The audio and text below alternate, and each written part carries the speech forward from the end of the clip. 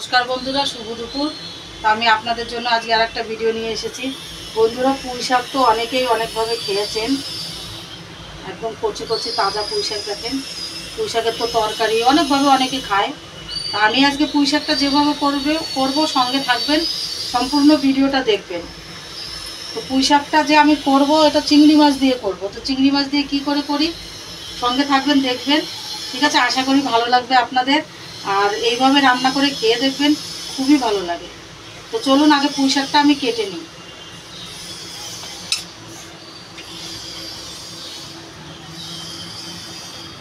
পুঁই শাকটা বন্ধুরা আমি এরকম এরকম ছোট ছোট করে কাটবো।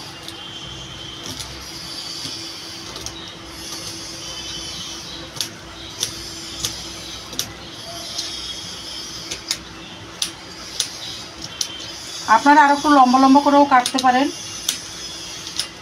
তাদের যেরকম চয়েস।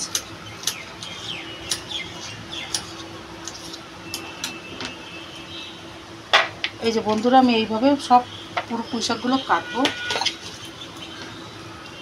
কচি কচি পুঁই শাক তো, এই জন্য এটা আর ছোলার দরকার নেই।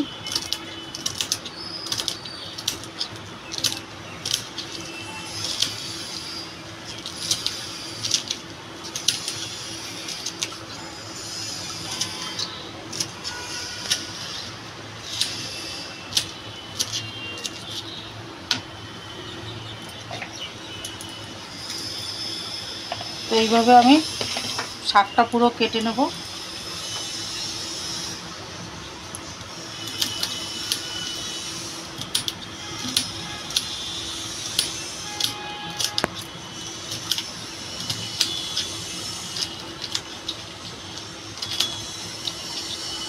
তো বন্ধুরা, এই যে আমার পুঁই শাকটা কাটা হয়ে গেছে, আমি এটা ধুয়ে নেব।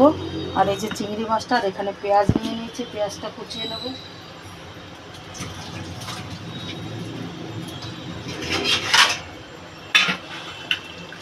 পুঁই শাকটা ভালো করে ধুয়ে নেবো বন্ধুরা, বর্ষার দিন তো মাটি মুটি থাকে।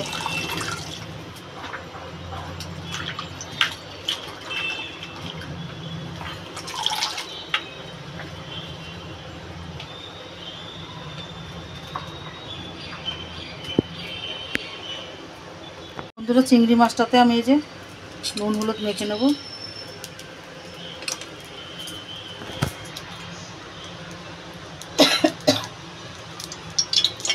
একটুখানি তেল বেশি করে একবারেই দেবো আমি, কেন কি এই তেলটাতেই আমার চিংড়ি মাছটাও ভাজা হবে এবং এই শাকটাও হবে।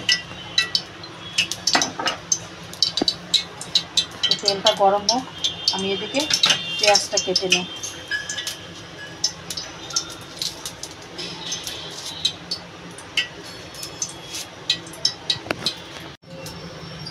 তো বন্ধুরা, তেলটা আমার গরম হয়ে গেছে, আমি চিংড়ি মাছটা আগে দিয়ে দেবো।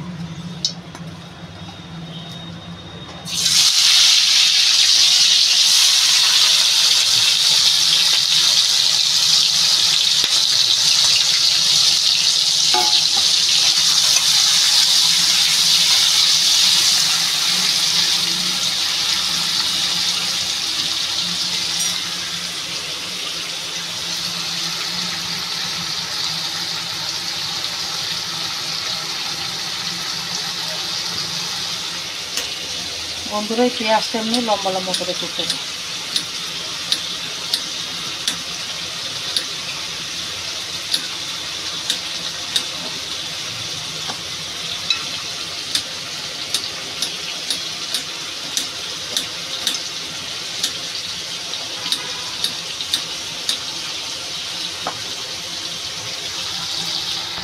বন্ধুরা, আমি এবারে যে পেঁয়াজটা কেটেছি, পেঁয়াজটা দিয়ে দেবো।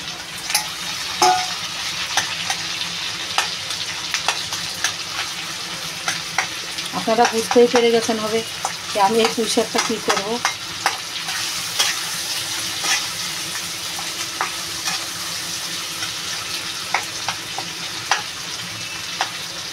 বন্ধুরা, এই যে পুঁই শাকটা আমার ধোয়া হয়ে গেছে, এবার আমি পুঁই শাকটা দিয়ে দেবো।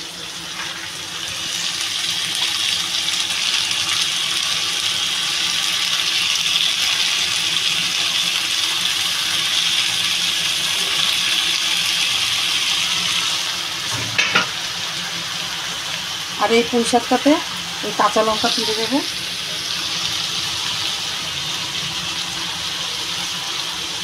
এখন বন্ধুরা এই যে বর্ষার দিন, বর্ষা শুরু হয়েছে, আর এই কচি কচি পুঁই শাক আর কদিন পরে না অনেক মোটা মোটা পুঁই শাকের টাকা উঠবে, সেগুলো তো খেতে বন্ধুরা আরও বেশি টেস্টি।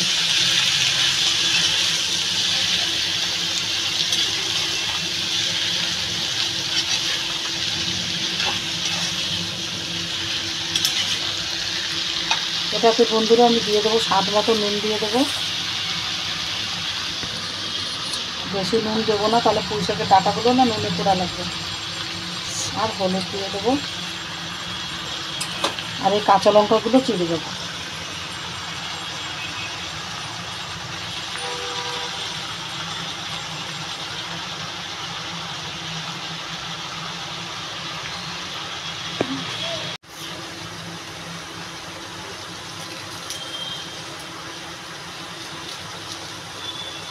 এইগুলো বন্ধুরা বাঙালি লঙ্কা, আমাদের এখানে বাঙালি লঙ্কা বলে।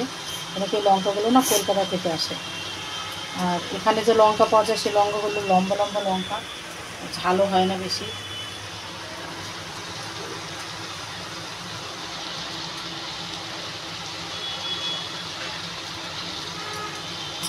এবার বন্ধুরা এটা আমি নাড়াচাড়া দিয়ে ঢাকা দিয়ে দেবো, যাতে এই যে ডাঁটাগুলো ভালো মতো গলে যায়। এই দেখেন বন্ধুরা আমার প্রায় হয়ে গেছে পুঁই শাক দিয়ে চিংড়ি মাছ দিয়ে ভাজাটা।